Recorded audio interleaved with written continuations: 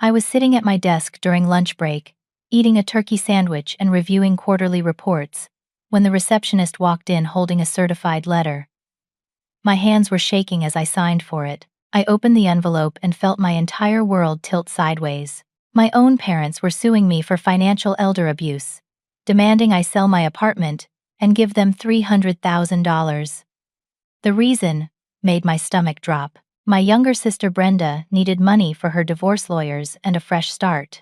I stared at the legal documents, unable to process what I was reading. I had bought this apartment with my own savings after 8 long years of sacrifice, being the responsible daughter while Brenda got everything handed to her on a silver platter. I drove home in a daze that afternoon, my mind replaying the words on that lawsuit over and over. Financial elder abuse. The accusation felt like a knife twisting in my chest. I parked in my building's underground garage and took the elevator up to the 7th floor, walking down the familiar hallway to my door. When I stepped inside my small one-bedroom apartment in downtown Seattle, I felt a wave of emotion crash over me. This place was mine. Every single inch of it represented years of sacrifice and determination. I had saved for 8 years to buy this apartment, 8 years of living with roommates in cramped spaces, eating ramen noodles for dinner, skipping vacations, working overtime whenever possible. I had scraped together every penny for the down payment while working as a junior accountant at a mid-sized firm. The apartment was not large, just 750 square feet, but it had big windows that let in beautiful natural light, and I could see the Space Needle from my tiny balcony. To me, it was a palace. It was proof that hard work meant something. I sat on my couch and let the memories flood back. Growing up, Brenda had always been the golden child. She was 3 years younger than me, and from the moment she was born, my parents treated her like she was made of spun glass. Brenda got a brand new Honda Civic when she turned 16. I got nothing and had to buy my own beat-up Toyota Corolla with money I earned working at a grocery store. Brenda's college tuition was paid in full by our parents. She went to a private university that cost $45,000 a year. I went to community college for 2 years and then transferred to a state university, working 2 jobs the entire time to pay for it myself. When Brenda got married 6 years ago, my parents threw her a wedding that cost $80,000. It was held at a fancy hotel with 300 guests, an open bar, and a live band. When I suggested maybe they could help me with a down payment on a car or contribute to my student loans, my mother looked at me like I had asked her to rob a bank. The explanations were always the same. Brenda needed more help because she was delicate and artistic. She was studying graphic design, which apparently meant she could not possibly work during college. She was sensitive and needed support. I, on the other hand, was tough and practical. I was studying accounting, which meant I would always have stable work. I could handle things on my own. The unspoken message was clear. I did not need love and support because I was capable. Brenda deserved everything because she was fragile. After college, my parents gave Brenda and her husband Nathan a down payment of $60,000 for their first house.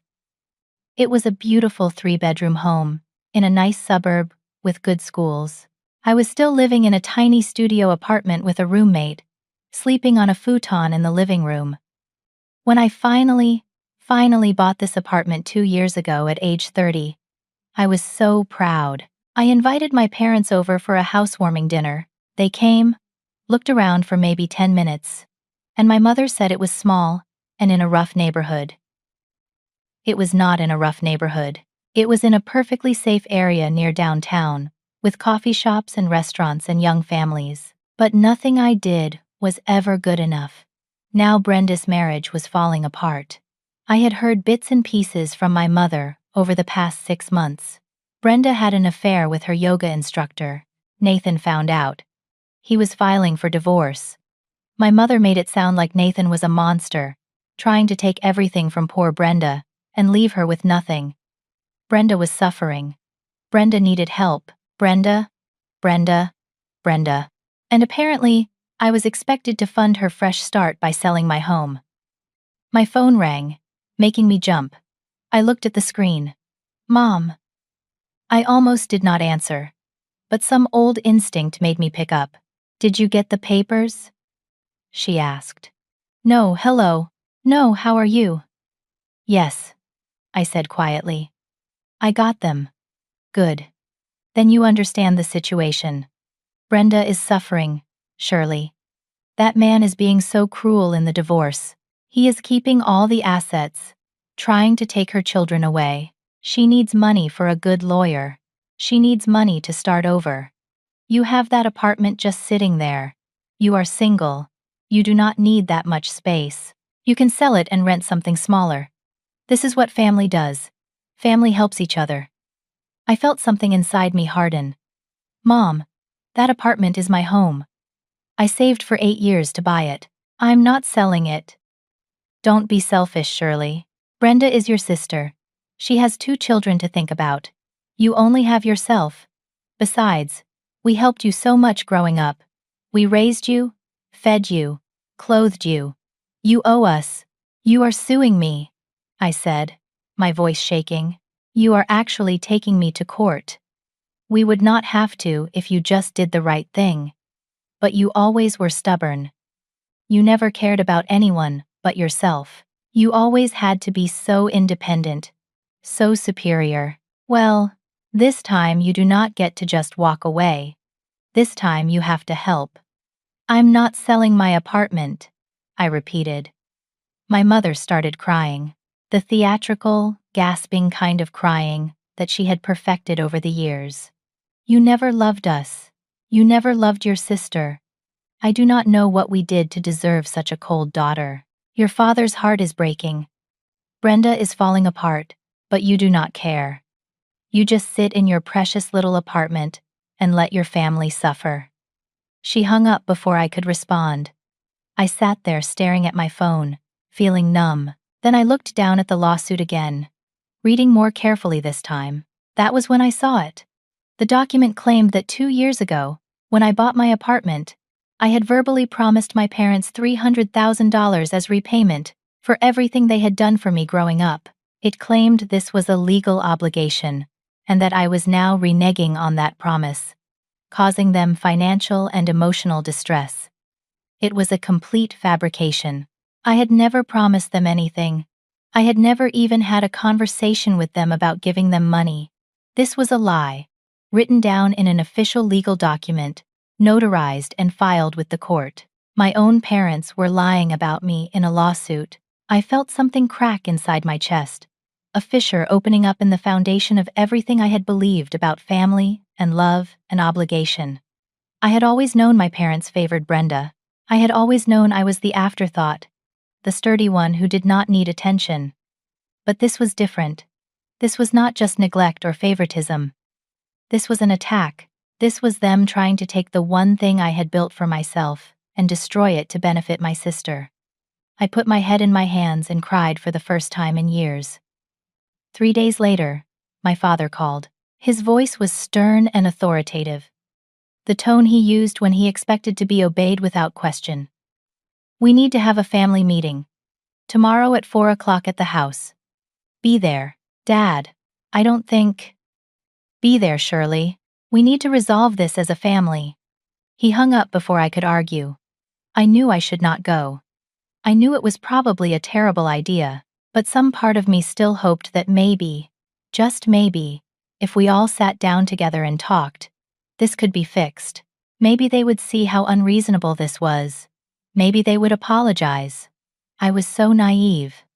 The next day, I left work early and made the 90-minute drive to my childhood home in the suburbs. It was a nice house, a 4-bedroom colonial with a big yard and mature trees. I had so many memories there, most of them involving feeling invisible, while Brenda got all the attention. I parked in the driveway behind my mother's SUV and my sister's minivan. I took a deep breath and walked to the front door. My mother answered, her face tight and unsmiling. Come in. I stepped inside and immediately knew something was wrong. This was not just a family meeting. The living room was full of people. My parents sat on the couch. Brenda sat in the armchair, her eyes red and puffy from crying, Her two children, 4-year-old Emma and 7-year-old Jackson, sat on the floor playing with toys, oblivious to the tension. And then there were the others. Aunt Patricia, my mother's older sister, sat primly in a dining room chair that had been brought in. She was wearing a designer pantsuit and too much jewelry. Uncle Donald, my father's younger brother, stood near the fireplace with his arms crossed. He was a retired lawyer, and his presence here made my stomach sink. This was an ambush. "Sit down, Shirley," my father said, gesturing to a wooden chair positioned in the center of the room, facing everyone else. It felt like an interrogation setup. I sat, my hands folded in my lap, feeling every pair of eyes on me. Uncle Donald cleared his throat and began speaking in his practiced courtroom voice. "Shirley, we are all here today because we care about you, and because we care about this family. What is happening right now is tearing us apart. Your sister is in crisis. She is facing a divorce that threatens her financial stability and her ability to care for her children. Your parents, who sacrificed so much to raise both of you, are simply asking you to do the right thing and help in this time of need.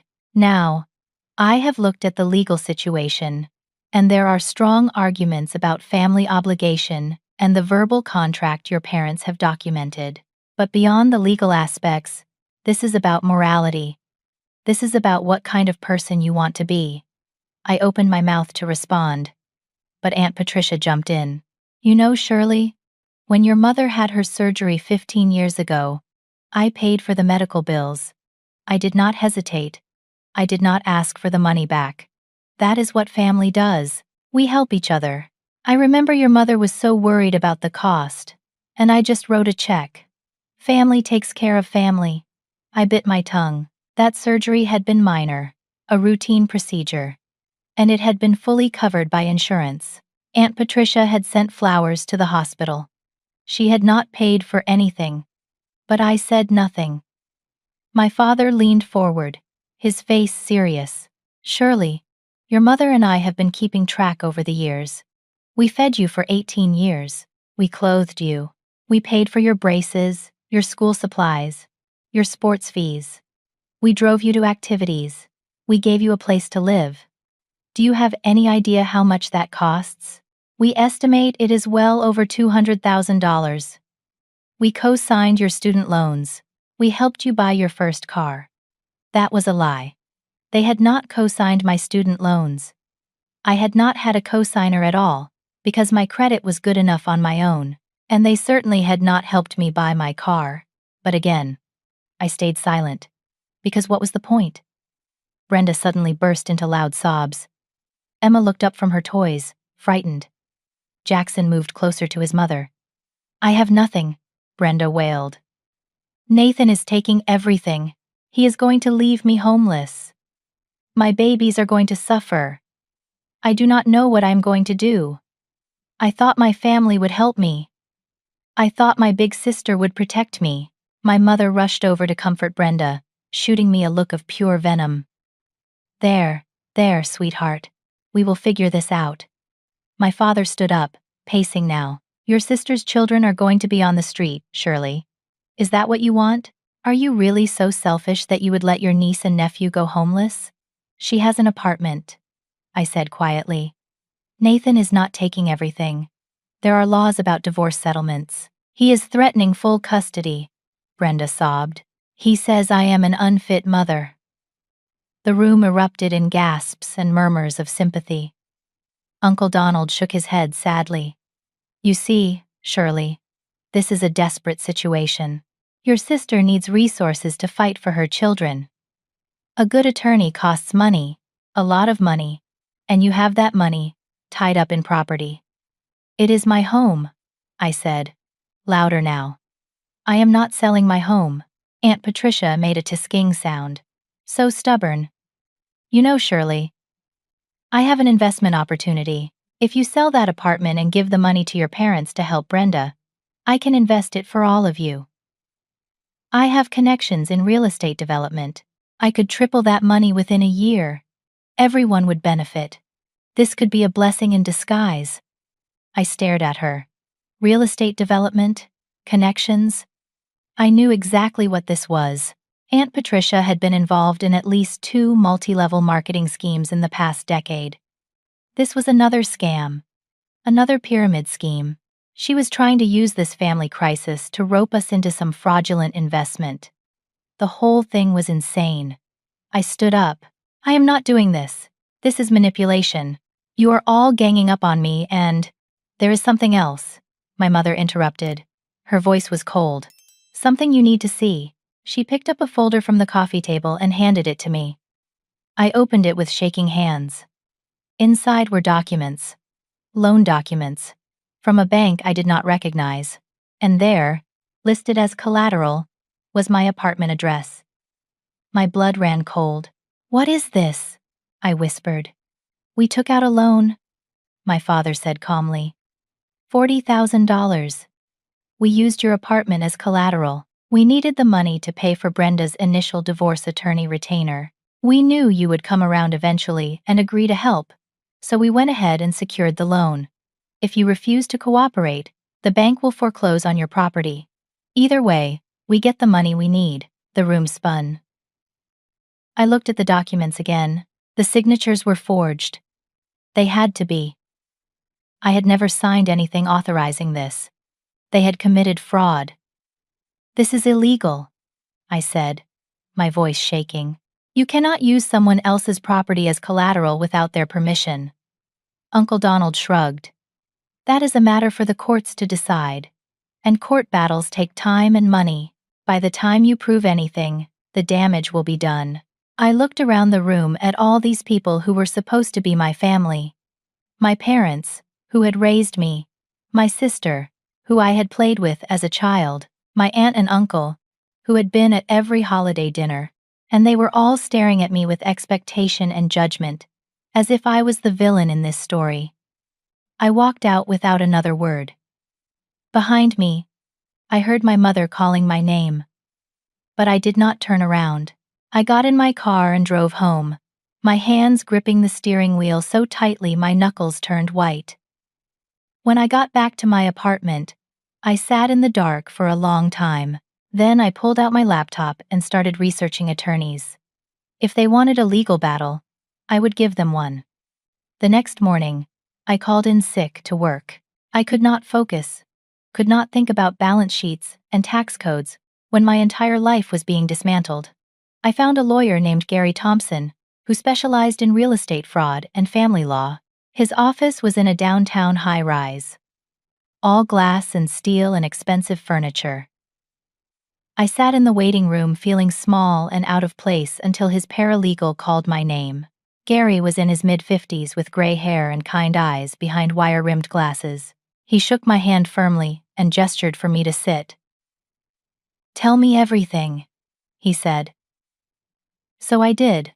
I told him about the lawsuit, about the fake promissory note, about the family meeting, about the loan documents with my apartment listed as collateral.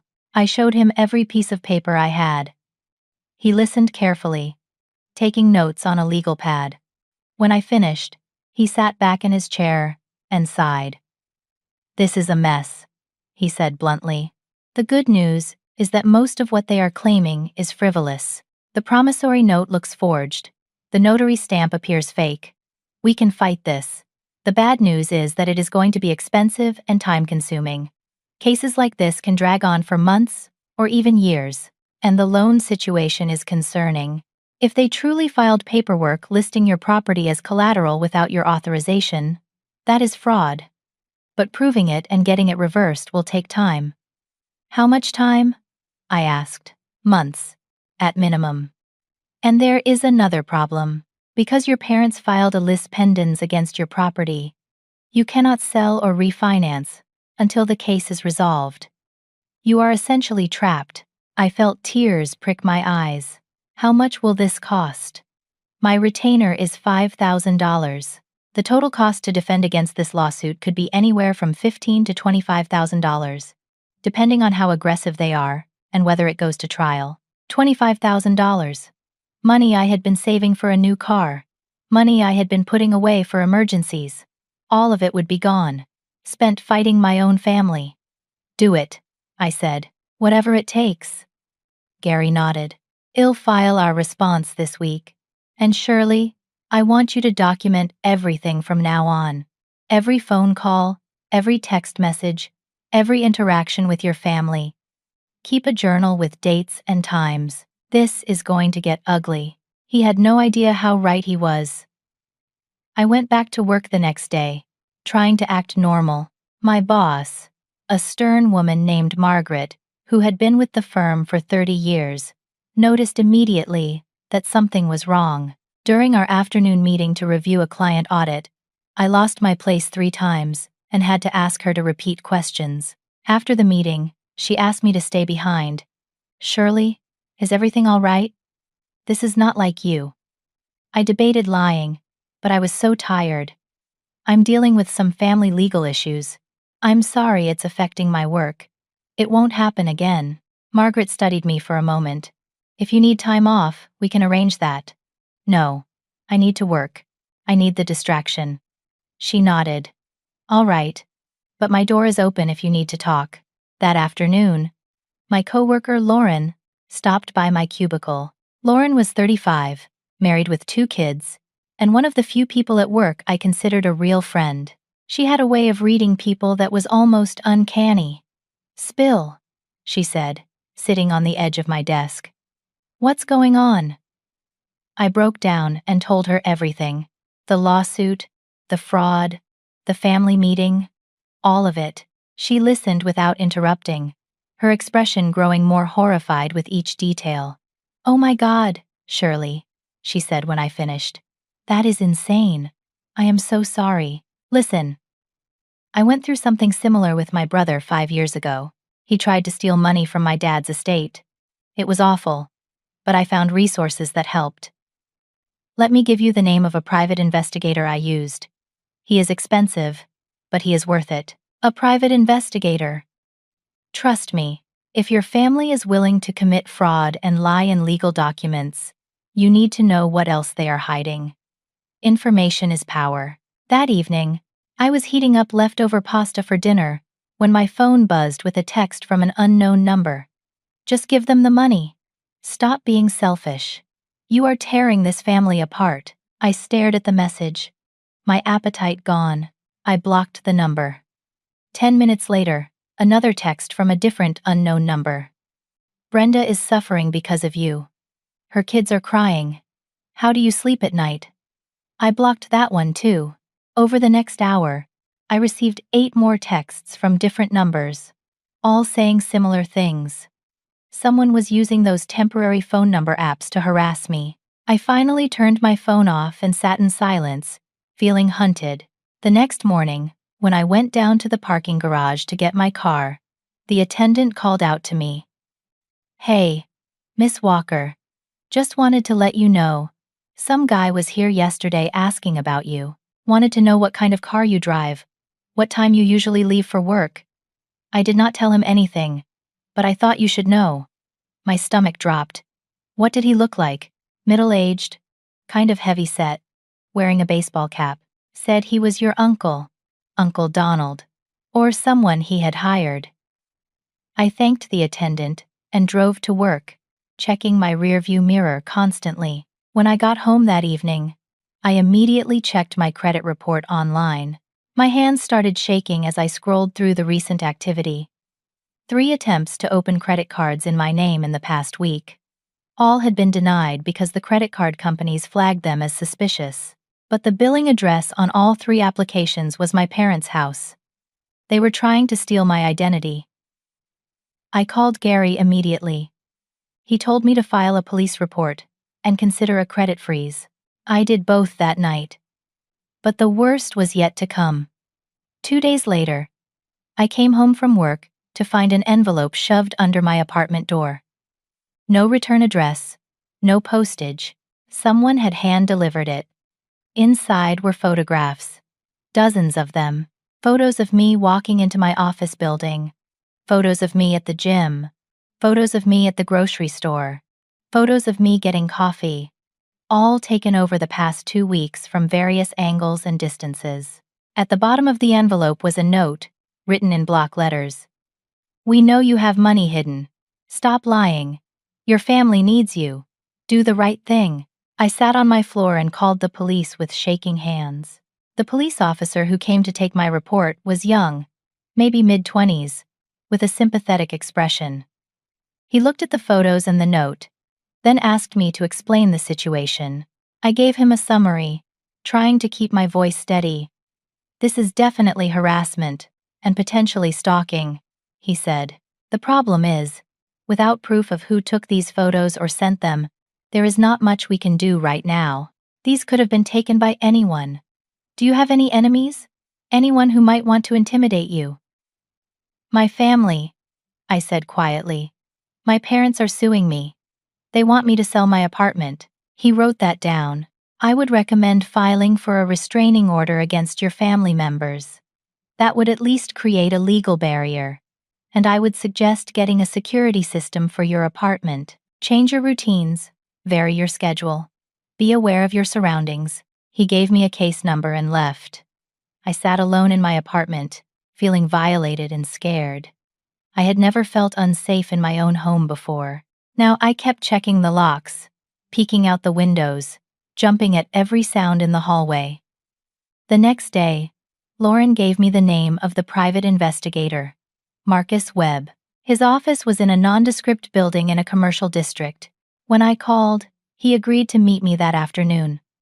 Marcus was in his early 40s, ex-military by the look of him, with close cropped hair and an intense gaze. His office was small and cluttered with filing cabinets and computer equipment. "Lauren spoke highly of you," he said, shaking my hand.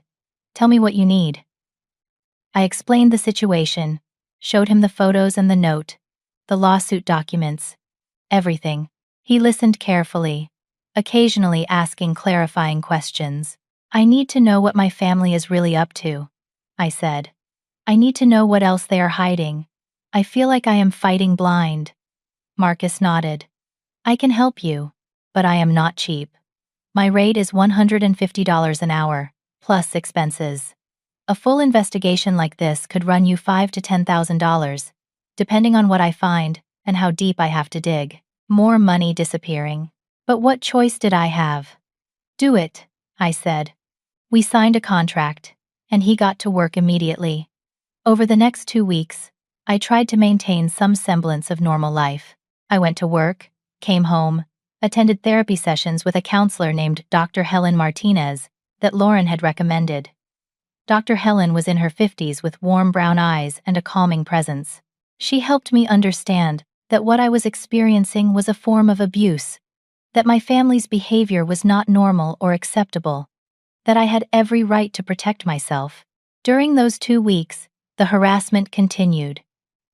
More texts from unknown numbers, emails from fake accounts. One night, someone threw eggs at my apartment windows. The building's security cameras caught a figure in dark clothing and a hood, but the footage was too grainy to identify anyone. I barely slept. I lost 10 pounds. I had panic attacks at random moments, my heart racing and my chest tight. Work became my only refuge, the one place where I could focus on something other than the nightmare my life had become. And then Marcus called. "I have information," he said. "A lot of it. Can you come to my office?" I left work early and drove to his office. He had printed out a thick stack of documents and photos, all organized in folders. "Shirley, I am going to be blunt with you. Your family has been lying to you about almost everything. I have documented evidence of fraud, deception, and conspiracy. This is going to be hard to hear." He opened the first folder. "Your sister's divorce. Your parents told you that Brenda is getting nothing in the settlement and that her husband is being cruel, right?" I nodded. "That is completely false. I obtained copies of the divorce filings. Nathan, her husband, is actually being extremely generous. He is offering Brenda a settlement of $400,000, plus the house they own jointly, plus full child support, plus shared custody. He is not fighting her on anything. He just wants the marriage to end." I stared at the documents. $400,000. Brenda was getting almost $500,000, and she was crying poverty. "There is more," Marcus said. "The yoga instructor boyfriend. He left Brenda 2 months ago. He wants nothing to do with the baby. Brenda is pregnant. That part is true. But she is completely on her own. And your parents know all of this. I found emails between your mother and Brenda, where they discuss the real settlement numbers. He showed me printouts of emails. I recognized my mother's email address. The messages were cold and calculating. One from my mother. We can use the lawsuit to force Shirley to give us money. She won't let the family name be dragged through court. She will settle to make it go away. One from Brenda. Do you think $300,000 is too much to ask for? Should we start lower? My mother's response. No. Go high. We can always negotiate down. And if we get anything from her, it is free money. Shirley always had it easy, being smart. Now it is my turn. I felt physically sick reading these words. My turn. As if life was a competition, and I had somehow cheated by working hard. Marcus pulled out another folder. Your parents' finances. They are in serious debt. They refinanced their house 3 times over the past 10 years. They currently owe $210,000 on a house that is worth maybe $350,000. They have $60,000 in credit card debt. They took out that $40,000 loan against your property to pay off some of their credit cards. Not for Brenda's attorney. The fraud goes deep. Another folder. Your Uncle Donald. He is not helping them out of family loyalty. He is expecting a cut if they get money from you. He is also in debt, about $80,000. He had a gambling problem that cost him his second marriage. Another folder. Aunt Patricia's investment scheme. She has been sued twice in the past 5 years for running pyramid schemes. She currently has a judgment against her for $300,000 from the last one. She is broke and desperate. This investment opportunity she mentioned is another scam. She is trying to recruit your entire family. I could not speak. I just kept staring at the documents, at the evidence of betrayal laid out in black and white. There is one more thing, Marcus said quietly, and this is the worst part. He handed me a final folder. Inside were insurance documents and bank statements from 10 years ago. When you were 22 years old, you were injured in a car accident. You were a passenger in your father's car when someone ran a red light and hit you. Do you remember that? I nodded slowly. I had broken my collarbone and had whiplash. I had been in pain for months. Your parents filed a personal injury claim with the other driver's insurance. The settlement was $75,000, paid out to your parents as your legal guardians, since you were still on their insurance. You were supposed to receive that money. It was compensation for your injuries. Your parents never told you about it. They kept all of it. I have bank records showing the deposit, and then immediate withdrawals, large withdrawals that match the timeline of Brenda's wedding and the down payment on her first house. The room tilted. They had stolen $75,000 that was meant for me, money that could have paid off my student loans, money that could have been a down payment on an apartment years earlier. They had taken it and given it all to Brenda. I am so sorry, Marcus said. I put my head down on his desk and cried, deep, wrenching sobs that came from somewhere I did not know existed. Marcus quietly left the room to give me privacy. When I finally pulled myself together, he came back with a glass of water. What do I do with this information? I asked, my voice hoarse. They stole money that was legally yours. They are not acting like family. They are acting like criminals. You have every right to defend yourself, but they are still my parents. My sister, I understand that this is hard. But ask yourself this. If a stranger did all of these things to you, would you hesitate to press charges? I thought about that. He was right. If anyone else had done this, I would not have hesitated. What do you recommend? I asked. We go on the offensive. We file the countersuit. We report the fraud. We get a restraining order. We make it very clear that you are not a victim they can push around. And we give them a choice. They can drop their lawsuit and walk away, or they can face criminal charges and a legal battle they cannot win. I took a deep breath. Do it. Over the next few days, Gary worked fast.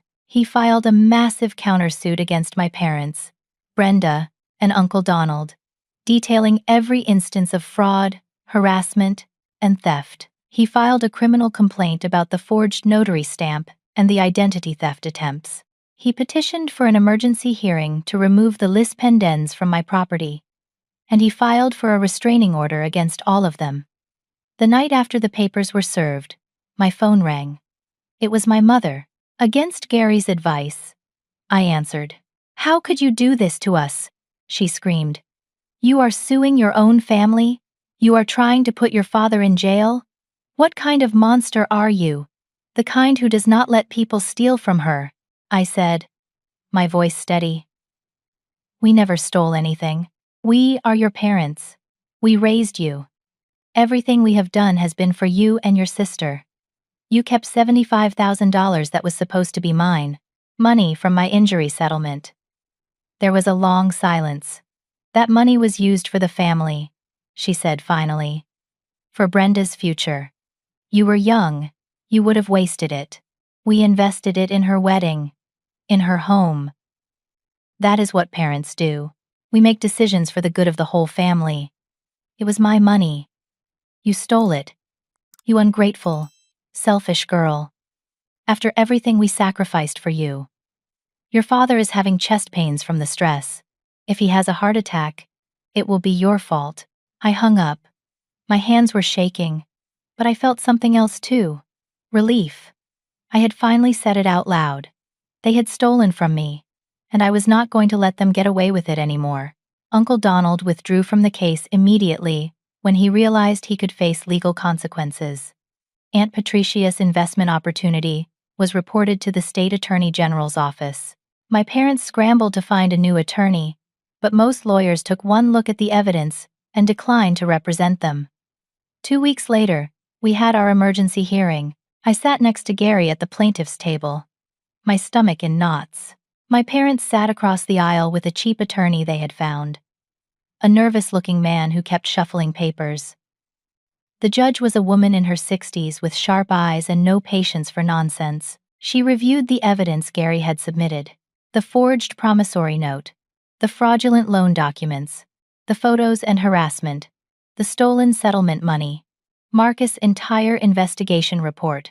The hearing lasted 3 hours. My parents' attorney tried to argue that it was just a family dispute, not a legal matter. The judge shut him down fast. "This is not a family dispute," she said coldly. "This is fraud. This is harassment. This is theft. And the notarized documents that were filed with this court appear to be forged, which is a serious crime." She ordered the lis pendens removed from my property immediately. She scheduled a full trial for the countersuit in 3 months, and she strongly suggested that my parents' attorney advise his clients to settle before this went any further. Outside the courthouse, my mother tried to approach me. My father grabbed my arm. I pulled away, and courthouse security intervened. Gary immediately filed for the restraining order, and it was granted within 48 hours. My parents were legally required to stay at least 500 feet away from me, my home, and my workplace. For the first time in months, I could breathe. I threw myself into work and therapy. My boss, Margaret, noticed the improvement and gave me a performance bonus, saying she was impressed with how I had handled such a difficult personal situation with professionalism. Lauren threw me a small party at her house, which she called a freedom party. I met her husband and kids, and for a few hours, I felt what it was like to be part of a healthy, supportive family. Dr. Helen helped me understand that what I was doing was not revenge. It was self-preservation. It was setting boundaries. It was refusing to be a victim. "You have spent your whole life trying to earn love from people who were never going to give it to you," she said during one session. "Love is not transactional. It is not something you earn by being good enough or sacrificing enough. Real love is freely given. Your parents love Brenda more, not because she deserves it more, but because they chose to. And that is their failure, not yours." Those words stayed with me. 3 days before the trial was set to begin, Gary called me. "They want to settle," he said. My heart jumped. "What are the terms?" They will drop their lawsuit entirely. They will admit in writing that they committed fraud. They will pay all of your legal fees, which currently total $28,000. They will sign an agreement never to contact you again. In exchange, you drop the countersuit and agree not to pursue criminal charges. I sat down, processing this. They are giving me everything I asked for. Yes, they know they are going to lose at trial, and if this goes to trial, the fraud will become public record. Your father could face criminal charges. They are trying to avoid complete destruction. What do you recommend? That depends on what you want. If you want vindication. If you want them publicly exposed, we go to trial. But trials are unpredictable. And even if you win, which you will, it will be emotionally exhausting. If you want peace, if you want to move on with your life, you take the settlement. I thought about sitting in a courtroom for days, listening to my parents lie and make excuses. I thought about seeing Brenda on the witness stand, crying and playing the victim. I thought about reporters, because cases like this sometimes made local news. I thought about reliving every moment of pain and betrayal. And then I thought about my apartment, my job, my friends, my future. I thought about the life I wanted to build, free from all of this toxicity. I will take the settlement, I said. The settlement was signed 1 week later. My parents' attorney brought the documents to Gary's office. I did not have to see them. I did not have to speak to them. I just had to read through the agreement and sign. The document was detailed. They admitted to filing a frivolous lawsuit. They admitted the promissory note was fabricated. They agreed to pay $28,000 for my legal fees within 30 days. They agreed never to contact me directly or indirectly, never to come within 500 feet of me, never to make any claims against my property or finances. They waived all parental rights to make medical or financial decisions on my behalf, even in an emergency. The restraining order would become permanent. In exchange, I agreed to drop the countersuit and not pursue criminal charges for the fraud and identity theft. I signed. It was over. The money came through 2 weeks later. $28,000, wired directly into my account. Gary took his fees, and I was left with about $3,000 after paying Marcus and covering other expenses. But my apartment was free and clear. The fraudulent loan was voided. The lawsuit was dismissed with prejudice, meaning it could never be refiled. I could finally sleep through the night. Work became a refuge again. I threw myself into a major audit project and impressed the senior partners. Margaret pulled me aside one day and told me I was being considered for a promotion to senior accountant, which came with a 20% raise. Lauren and I started having lunch together twice a week. She introduced me to her book club, and I met other women who became friends, real friends, who cared about me without expecting anything in return. I continued therapy with Dr. Helen, working through the grief of losing my family, because that was what it was. Grief.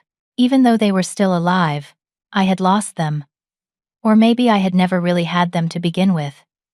One day, about 3 weeks after the settlement, I received an email from Brenda. Subject line: I am sorry. I stared at it for a long time before opening it.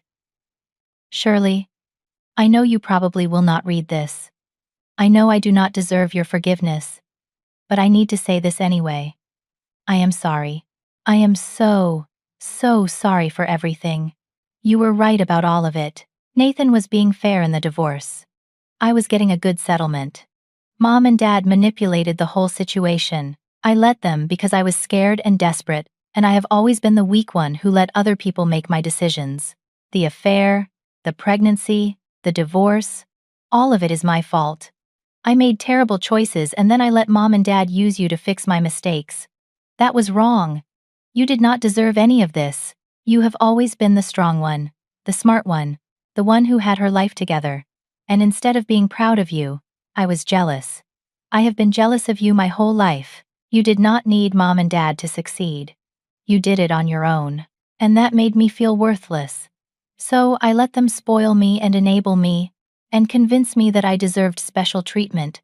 I am in therapy now. Nathan got primary custody of the kids, but I have visitation. I am trying to get help for my gambling problem, which I know you probably did not even know about. I am trying to be a better person and a better mother. I do not expect you to forgive me. I do not expect you to ever speak to me again. I just wanted you to know that I see what I did. I see what we all did. And I am sorry. You deserved a better sister. You deserved a better family. I hope you have a good life, Shirley. You earned it. Brenda. I read the email 3 times. Part of me wanted to believe it was genuine. Part of me wondered if it was another manipulation. I showed it to Dr. Helen in my next session. What do you think? I asked. What do you think? She countered, in that therapist way. I think she sounds sincere, but I also think it does not change anything. She still participated in trying to destroy my life. Saying sorry does not undo that. Dr. Helen nodded. You are allowed to accept her apology and still maintain boundaries. Forgiveness does not mean reconciliation. You can wish her well and still choose to have no relationship with her. That is what I want, I said. I do not want to hate them. Hate takes too much energy. But I do not want them in my life either. Then that is your answer. I did not respond to Brenda's email. Not right away. I saved it in a folder and moved on with my life. 6 months passed. Spring turned to summer. I got the promotion at work, senior accountant, with a 20% raise and a small office instead of a cubicle. I started dating someone I met through Lauren, a high school teacher named Craig who was funny and kind and treated me like I mattered. We took things slow, but it felt right. I redecorated my apartment. New paint, new furniture, new curtains. I got rid of everything that reminded me of the lawsuit and the stress. I turned my space into a real sanctuary, a place that felt completely mine. I started volunteering at a legal aid clinic on weekends, helping other people who were dealing with family exploitation and fraud. I found purpose in my pain. I could use what I had learned to help others protect themselves. One Saturday morning, I was sitting on my balcony with coffee, watching the city wake up. The sun was rising over the buildings, painting everything gold. I thought about the woman who had opened that lawsuit letter a year and a half ago, terrified and overwhelmed and drowning in betrayal. That woman had saved herself. She had fought back. She had set boundaries. She had chosen herself over the toxic obligation of family ties. I thought about my parents, probably still struggling with their debt, still blaming me for their problems. I thought about Brenda, hopefully actually getting help and becoming the mother her children deserved. I thought about all the pain and anger and fear, and I felt nothing but peace. My phone buzzed. A text from Craig. Morning. Beautiful. Coffee later. I smiled and texted back. Yes. I will meet you at noon. I had built a life, a real life, with people who loved me without conditions, with work that fulfilled me, with a home that was truly mine. I had learned the hardest lesson of all. Sometimes the bravest thing you can do is walk away. 1 year after the settlement, I finally responded to Brenda's email. I kept it brief. Brenda, I received your apology. I appreciate that you are getting help. I hope you continue to work on yourself and that you build a good life for your kids. I forgive you, but I need you to understand that forgiveness does not mean we will have a relationship. I need to move forward without my old family in my life. I wish you well. Take care of yourself. Shirley. She responded within an hour. Thank you. I understand. I hope you are happy. And that was it. The final chapter of my old life. Closed. I continued with therapy for another 6 months, then transitioned to occasional check-ins with Dr. Helen. I did not need weekly sessions anymore. I had done the work. I had processed the trauma. I had rebuilt my sense of self. Craig and I moved in together after dating for a year. Not into my apartment, which I kept as a rental property and investment, but into a bigger place in a different neighborhood, a 2-bedroom condo with a view of the water. We adopted a rescue dog named Charlie, who made us laugh every day. Work continued to go well. I was promoted again to audit manager. I mentored junior accountants and found I loved teaching. Margaret retired, and at her farewell party, she pulled me aside.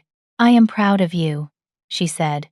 "Not just for your work, but for how you handled that nightmare with your family. A lot of people would have crumbled. You stood up for yourself. That takes real strength." Her words meant more to me than any promotion.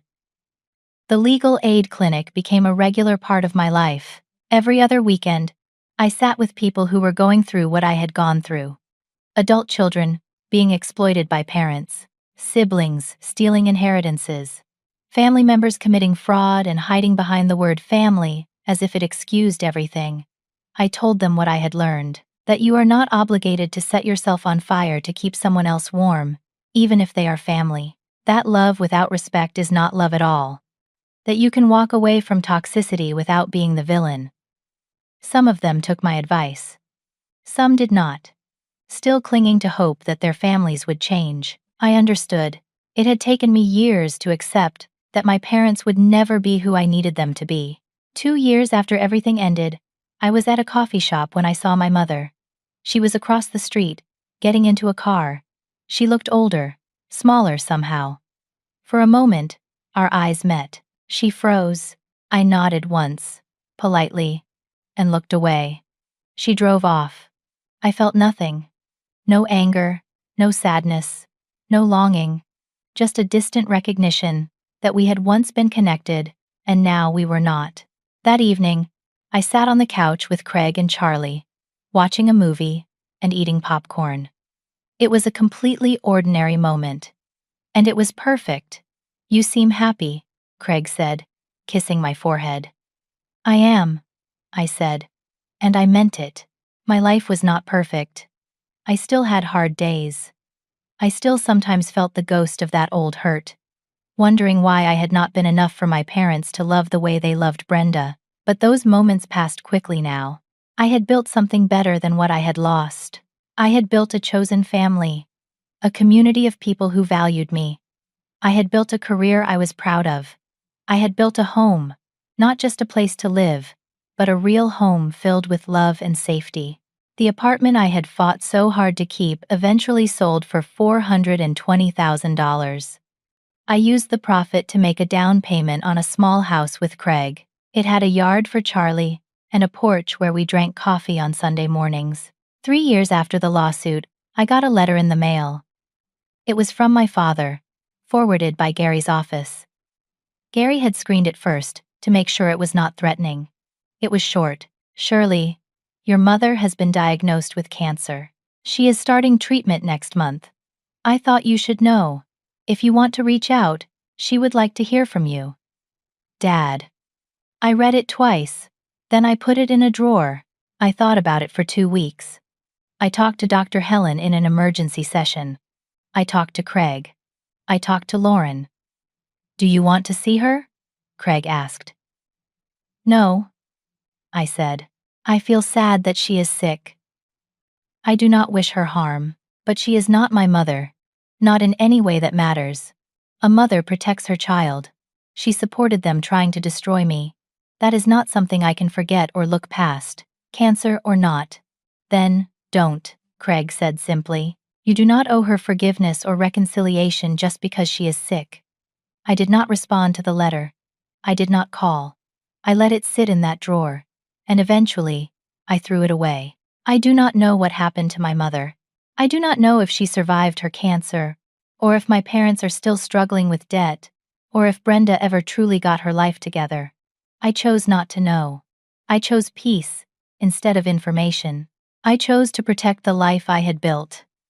Now, 5 years later, I can look back on that whole nightmare and see it clearly. My parents did not sue me because they needed money. They sued me because they felt entitled to control me, to use me, to take from me without consequence. They had done it my whole life in small ways. And when I finally set a boundary by refusing to sell my apartment, they escalated. The lawsuit was never about Brenda's divorce.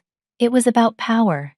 about punishing me for daring to prioritize my own well-being over their demands. And I learned the most important lesson of my life. You cannot make someone love you the way you deserve to be loved. You cannot earn respect from people who are determined to see you as less than. You cannot fix a relationship with someone who refuses to see their own behavior as wrong. But you can save yourself. You can set boundaries.